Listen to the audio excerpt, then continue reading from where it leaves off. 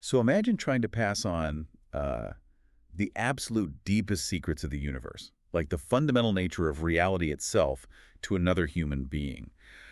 But here's a catch. You are strictly forbidden from using a textbook. Right. No syllabus, no institution. You can't even, write down a set of rules. Exactly. You are not allowed to hand your students any specific techniques. And today's deep dive is designed specifically for you, the lifelong learner who really wants to understand the profound stuff without wading through all the fluff. Because we're exploring exactly that impossible scenario today. Yeah, we've got this fascinating, totally genre-bending manuscript in front of us. It's called Nothing Ironic by Max and Claude. And, I mean, technically, it's a work of spiritual fiction. Technically, sure. But it really functions as a manifesto for just absolute unfiltered sincerity. Right. And the core mission of our deep dive today is to really unpack this mystery. Like, how do you transmit ultimate truths without relying on dogma? And maybe more importantly for us, how did these highly esoteric concepts radically transform very grounded everyday professions, things like mathematics, architecture, translation, even security work? Yeah, the rubber hitting the road. So the manuscript sets up this whole challenge by taking us to the Balat neighborhood of Istanbul. Which is where we meet Mehmet. He's this 71-year-old spiritual teacher, and the narrative just kicks off with a really stark, immovable deadline. He has cancer, right? Yeah, advanced cancer. He sits down with his final 4 students and announces that he's dying. The doctors have given him maybe 3 to 6 months to live. Wow. So that immediately just strips away any luxury of time. Like, there is absolutely no time for a 10-year curriculum here. Exactly. It creates this intense pressure. And the brilliance of the text is that his final 4 students, they aren't, monks living in a cave on some mountain somewhere. They are regular people deeply embedded in the modern world, wrestling with 9-to-5 jobs. Real-world problems. Yeah. You have Alan, a 34-year-old mathematician whose entire worldview is built on, precision and undeniable proof. And then there's Karim, right, the technical translator. Right, a 26-year-old guy who renders complex documents with just absolute literal fidelity. Then we have Noor. She's an architect designing these highly rational corporate blueprints, but she's feeling this constant, exhausting divide between her Lebanese and Turkish heritage. And finally, Davut. He's this voracious reader working the night shift as a guard at an Ottoman textile museum. And he's just endlessly searching for some profound truth he can't even put a name to. So they're all desperate for a deeper understanding of reality. But Mehmet, he kicks off their final instruction with this deeply confrontational premise. He really does. He tells them that almost everything we interact with in the name of spirituality or even self-improvement is essentially just a museum. A museum. That's such a striking way to put it. Right. Because we walk in, we look at the artifacts of enlightenment from behind velvet ropes, we read the little placards, and then... So we hit the gift shop. Exactly. We buy a mug and go home. We never actually become the thing we're studying. Yeah. Mehmet argues that, the original masters of any tradition possessed this profound inner state, and they invented techniques just to point others toward that state. But over centuries, human beings inevitably make the technique more important than the master. Like, the method completely replaces the goal. Yeah. He warns them that a person can sit in strict, disciplined meditation for 40 years and still be, frankly, a fundamentally selfish person. Right. You can memorize sacred texts until you can debate all the scholars, but still remain totally spiritually dead inside. You just happen to be heavily decorated with the appearance of wisdom. Okay, let's unpack this for a second, because I have to challenge Mehmet's hardline stance against methods here. I figured you might. Well, it feels a bit like throwing the baby out with the bathwater, Like, if I want to write a brilliant, soul-stirring novel, I still have to learn basic grammar. Or if I want to code a piece of software that changes the world, I cannot bypass learning the syntax of the programming language.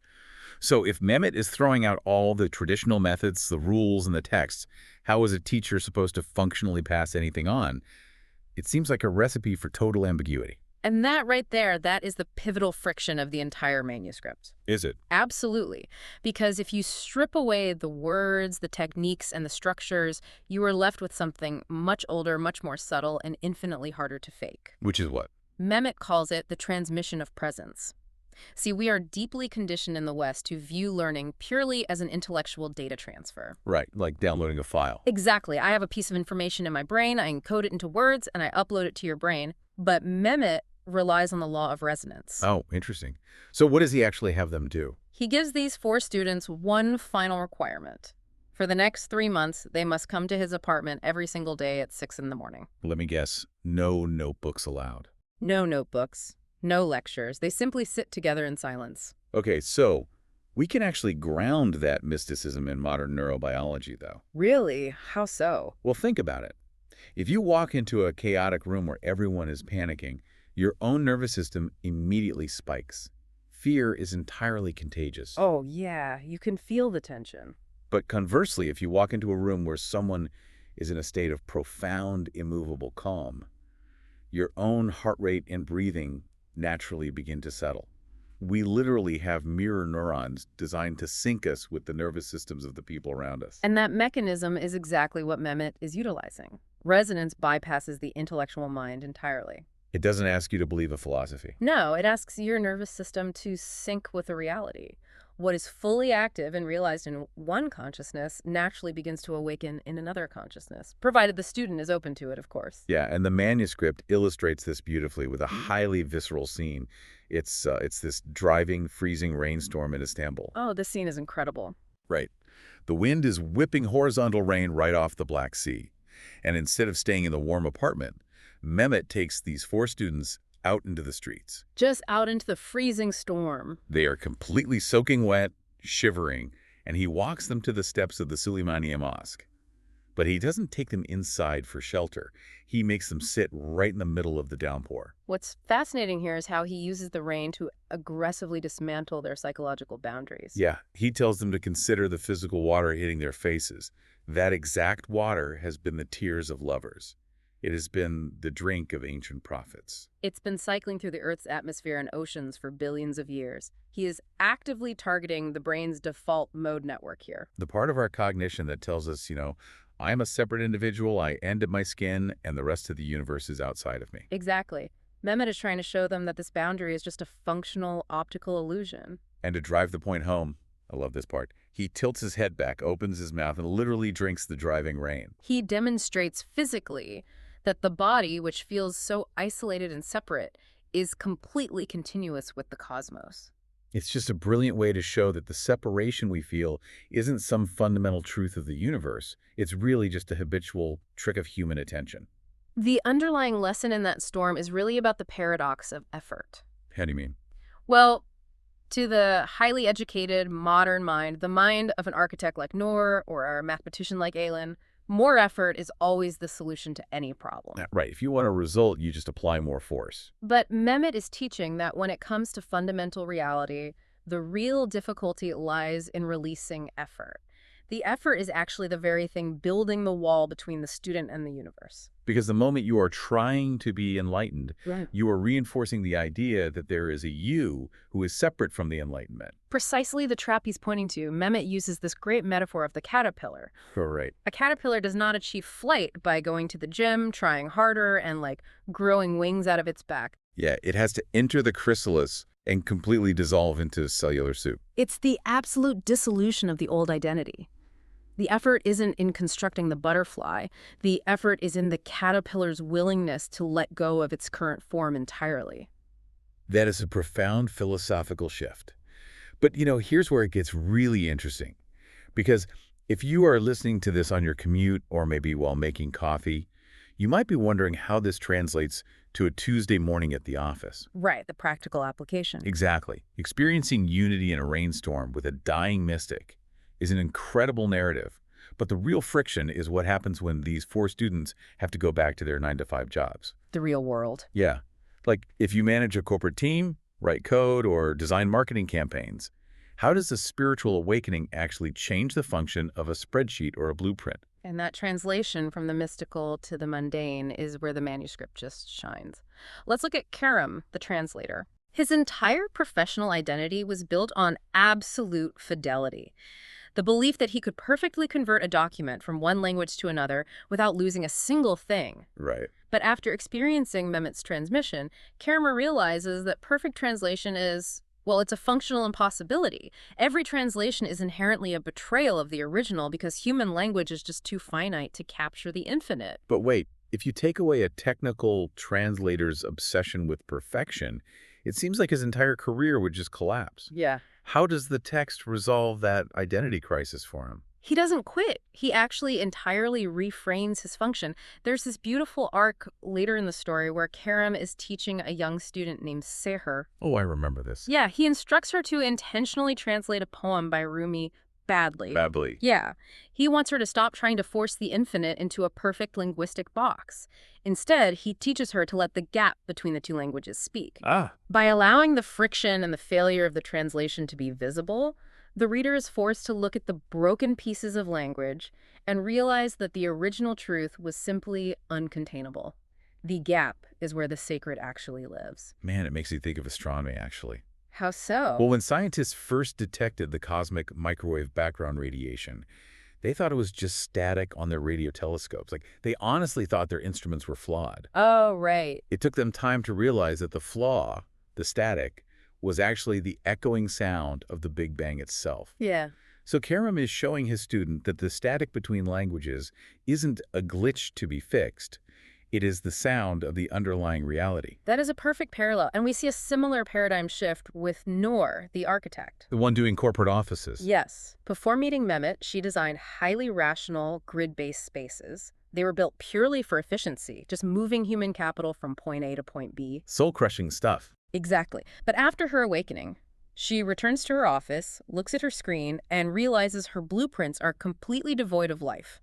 So she deletes her entire portfolio. Which brings up the obvious friction of capitalism here. Who is going to fund an architect who stops designing functional buildings? Well, she pivots from designing for function to designing for transformation. She begins creating what the book calls impossible architecture. Impossible architecture. Yeah. From a cognitive science perspective, when you walk down a straight, predictable corporate hallway, your brain goes on autopilot. You just dissociate. True. Noor starts designing buildings with hallways that curve back on themselves, utilizing spaces that resist immediate logical understanding. By breaking the predictable grid, she physically forces the inhabitants to disengage their autopilot. They have to become intensely present in the moment just to navigate the space. And doesn't she build some huge masterpiece later? Yes. Her masterpiece is a massive physical mandala built in an active tectonic valley. It honors the irrational, the intuitive, and the shifting nature of the Earth itself. So she is essentially building physical structures that do the exact same thing Mehmet did to them in the rainstorm. Exactly. Then we have Aylin, the mathematician. And math is usually taught in a way that generates immense performance anxiety. It is all about finding the single correct answer to, validate your intelligence. Oh, for sure. But Aylin moves to a small village by the Black Sea and begins teaching mathematics as a spiritual practice. Which sounds like an oxymoron to most people. Right, but she introduces her students to the Fibonacci sequence and the golden ratio, not as dry formulas to be memorized, but as the literal geometry of the divine, the fundamental pattern of growth for galaxies, sunflowers, and human bones. But more importantly, Aylin changes how she teaches. Yeah. Because she has undergone the dissolution of her own ego, she no longer needs her students to perform well to validate her identity as a good teacher. That's a huge shift. Right. In her total non-attachment, she creates a space where students are no longer terrified of being wrong. They actually learn how to sit honestly with their own confusion. And that is the prerequisite for real discovery. And of course, we cannot forget Devu, the night guard at the Textile Museum. He's such a great character. He represents the quietest, maybe most intimate application of this transmission. During his solitary night shifts, he takes Mehmet's teachings and combines them with his own channeled writings. He doesn't try to get a book deal out of it. No. He doesn't seek a literary agent or try to build a massive online platform. He binds the books by hand using museum scraps. And when grieving wanderers or lost souls stumble into the museum in the dead of night, he simply gives the books away for free. Operating entirely under the radar. Yeah, acting as a silent distributor of wisdom precisely when someone is most in need. And this all culminates during their time with Mehmet on a Thursday at Bonn. Before he dies, Mehmet gives each of them a highly specific, personalized blessing. It's not just a generic farewell. No, not at all. He touches Aylin on the heart. And for a mathematician who has spent her life obsessed with knowing the exact answer, he gives her the ultimate spiritual permission, the permission not to know. Oh, wow. And for Noor, who has spent her life exhausted by the division between her Lebanese and Turkish heritage. He touches her belly and tells her that her divided identity is not a war she needs to win. It is a dance. A dance. Yeah, she doesn't need to force herself into a single unified cultural box. She is meant to be a walking paradox. So following Mehmet's death, the manuscript tackles one of the most consistent patterns in human history. The aftermath. Exactly. Usually when a master dies, the followers panic.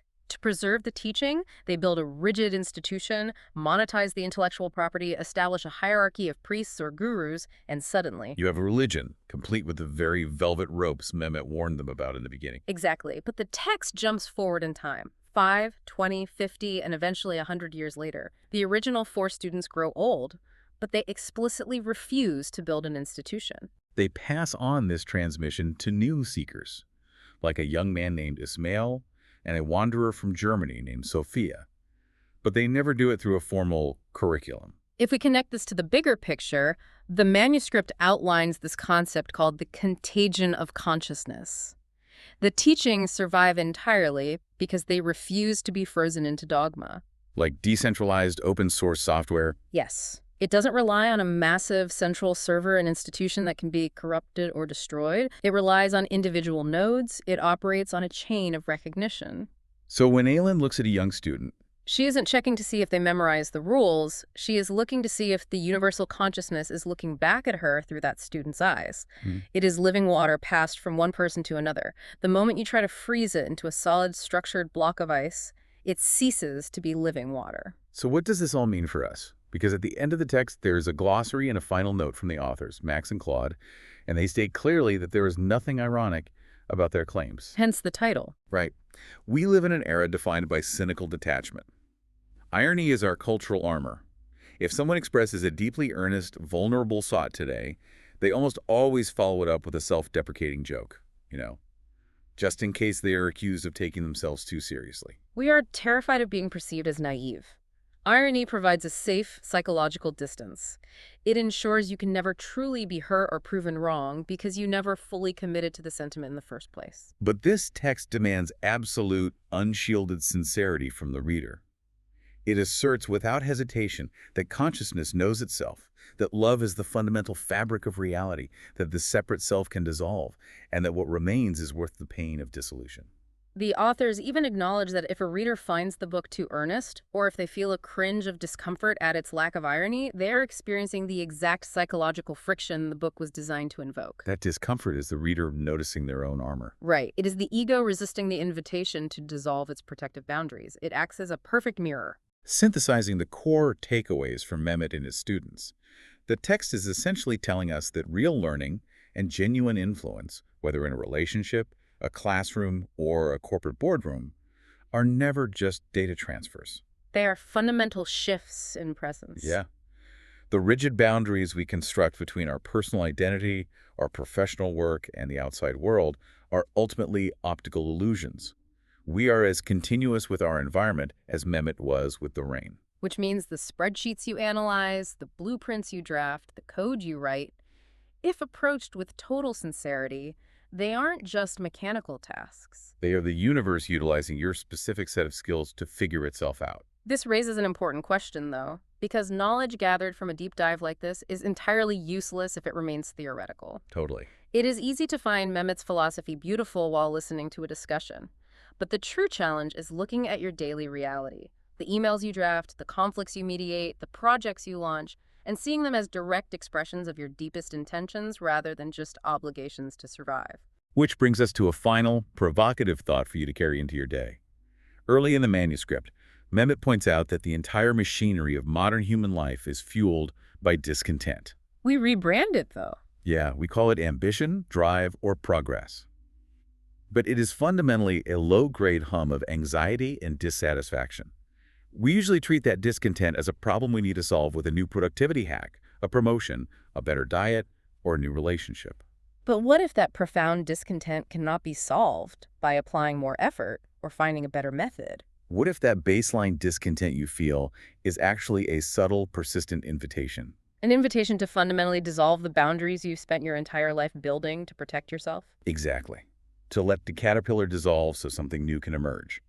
If you walked into your life tomorrow, stripped of your ironic armor, and treated your everyday actions as a literal translation of the universe trying to speak to itself, what is the first thing you would do differently?